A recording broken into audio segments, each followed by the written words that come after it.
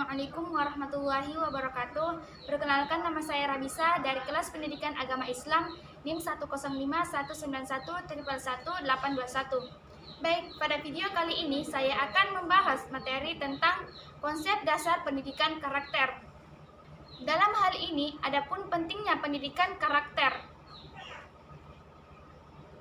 Pendidikan karakter di masa sekarang sangat perlu untuk mengatasi krisis moral yang sedang melanda bangsa ini, di mana meningkatnya pergaulan bebas, maraknya angka kekerasan anak-anak dan remaja, kejahatan seperti pencurian, perampokan, penggunaan narkoba, dan pornografi serta korupsi sudah menjadi masalah sosial yang hingga saat ini belum dapat diatasi secara tuntas, di mana kegelisahan dirasakan oleh seluruh masyarakat Indonesia, dimulai dari moral generasi penerus bangsa yang rusak, output dari lembaga-lembaga pendidikan yang semakin parah, hingga pemerintah yang korupsi dan tidak peduli terhadap rakyatnya. Menghadapi kondisi ini, seluruh komponen masyarakat memiliki tanggung jawab yang besar. Dan dari sekian banyak opsi yang dinilai mampu untuk memperbaiki keadaan ini, pendidikan adalah posisi yang paling strategis untuk melakukan perubahan dalam pembinaan karakter bangsa. Pendidikan merupakan agen of challenge yang harus mampu melakukan perbaikan karakter bangsa kita. Karena itu, pendidikan perlu direkonstruksi ulang agar dapat menghasilkan generasi yang lebih baik, berkualitas, dan siap menghadapi masa depan yang penuh dengan problema. Dengan kata lain, pendidikan harus mampu mengembangkan misi pembentukan karakter sehingga para peserta didik dan para lulusannya dapat berpartisipasi dalam mengisi pembangunan di masa-masa mendatang tanpa meninggalkan nilai-nilai karakter yang mulia. Dengan pendidikan yang baik, diharapkan akan tercipta generasi yang mampu membawa bangsa ini menuju ke arah yang lebih baik. Selanjutnya, adapun pengertian dari pendidikan karakter.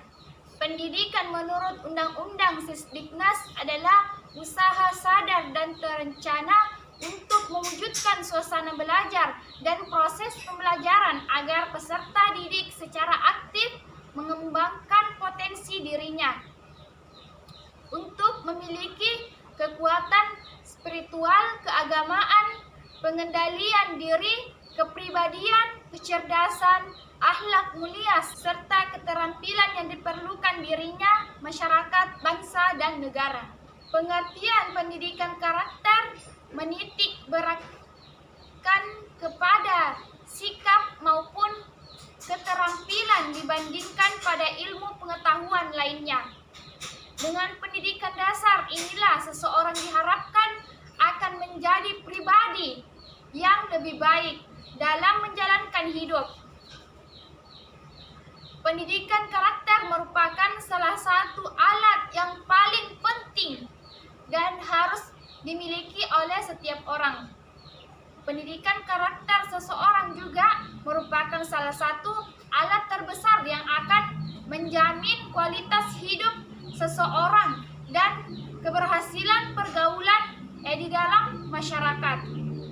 Di samping itu, pendidikan formal yang kita dapatkan, kemampuan memperbaiki diri dan pengalaman juga merupakan hal yang mendukung upaya seseorang dalam bermasyarakat. Karena tanpa itu, pengembangan individu cenderung tidak akan menjadi lebih baik.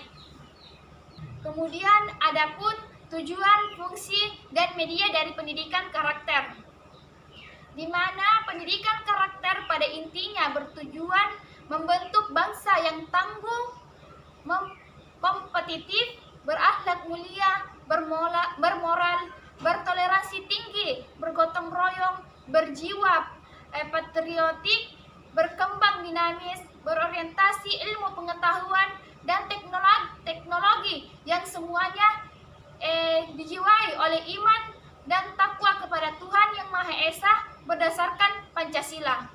Kemudian adapun fungsi pendidikan karakter, yaitu untuk mengembangkan potensi dasar agar berhati baik, berpikiran baik, dan perilaku baik, memperbaiki dan membangun perilaku bangsa yang multikultural, meningkatkan peradaban bangsa yang kompetitif dalam pergaulan dunia.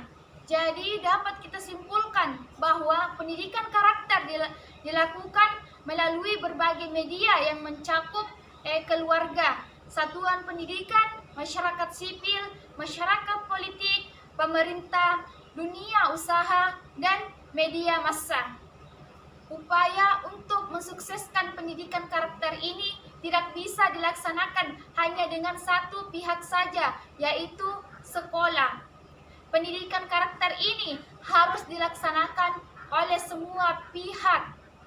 Kerjasama yang baik antara orang tua, guru, masyarakat, dan membantu dalam proses pelaksanaan pendidikan karakter sehingga akan tercapainya tujuan yang dikehendaki bersama. Dan selanjutnya ada pun strategi pendidikan karakter, di mana proses perkembangan karakter pada seseorang dipengaruhi oleh banyak faktor khas yang ada pada diri yang juga disebut faktor bawaan dan lingkungan di mana seseorang tumbuh dan berkembang. Faktor bawaan boleh dikatakan berada di luar jangkauan masyarakat dan individu untuk mempengaruhinya. Sedangkan faktor lingkungan merupakan faktor yang berada pada jangkauan masyarakat dan individu. Jadi, usaha pengembangan atau pendidikan karakter seseorang dapat dilakukan oleh masyarakat atau individu sebagai bagian dari lingkungan melalui rekayasa faktor lingkungan. Pembentukan dan rekayasa lingkungan yang mencakup diantaranya lingkungan fisik dan budaya sekolah, manajemen sekolah, kurikulum pendidikan, dan metode mengajar. Nah, dalam pembentukan karakter melalui rekayasa faktor lingkungan dapat dilakukan melalui strategis, yaitu yang pertama, keteladanan. Yang kedua, intervensi. Yang ketiga, pembinaan yang dilakukan secara konsisten. Keempat, penguatan. Dengan kata lain, perkembangan dan pembentukan karakter memerlukan pengembangan keteladanan yang ditularkan intervensi melalui proses pembelajaran, pelatihan, pembiasaan terus-menerus dalam jangka panjang yang dilakukan secara konsisten dan penguatan serta harus disertai dengan nilai-nilai luhur.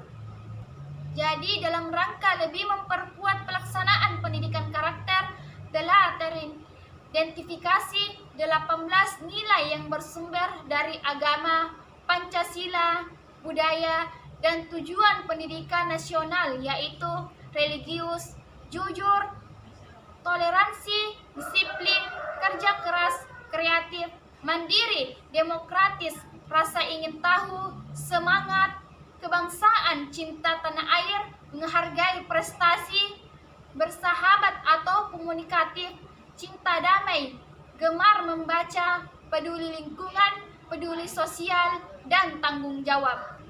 Jadi, jika semua nilai-nilai tersebut dapat ditanamkan dengan baik, maka akan tercapailah tujuan dari pendidikan karakter itu.